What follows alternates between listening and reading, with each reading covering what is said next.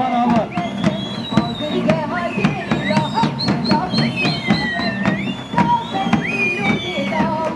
Namre, Şehit Namre, namre, namre, şehit Serdem namre. Namre, Namre, namre, şehit Serdem namre. Namre, Namre, şehit Serdem Namre. Namre, namre, şehit Serdem namre. Lêlayên Azadiya Kurdistan her diçe dijwartir dibe. Artêşa Tirk a dagirker ji nîvê Nîsanê ve li herêmên dibin kontrola gerîla da bi navber tekên kîmawî bikar tîne li gorî plançoyên nû yê ku hepekî di hevdehê cotmehê de weşandina û di şeş mehên dawî da herî kêm 2476 caran bomba û cekên kîmawî yên qedexe hatine bikaranîn. Artêşa Tirk a golhemberî tîmên pispor yên gerîla û taktîka şerê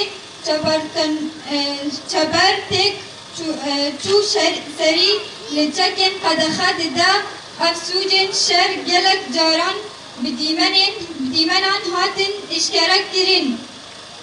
Dîmenên ku di vê dawiyê de hatiya pirava kirin di nav de du gerîlayên Azadiya Kurdistan baz mordem û helbest koçerî ku rastî vê êrişê çeka kîmawî hatine asta êrişên ku li hember gerîla tê meşandin dide eşkere kirin.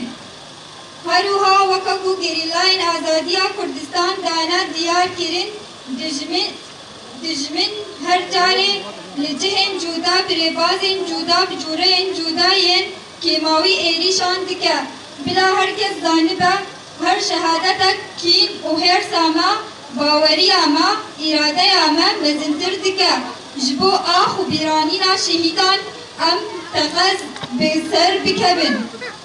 Em weke yekîtiya jinên ciwan û tevgera ciwanên şoreşger dibêjin ku em ê li hember êrişên wiha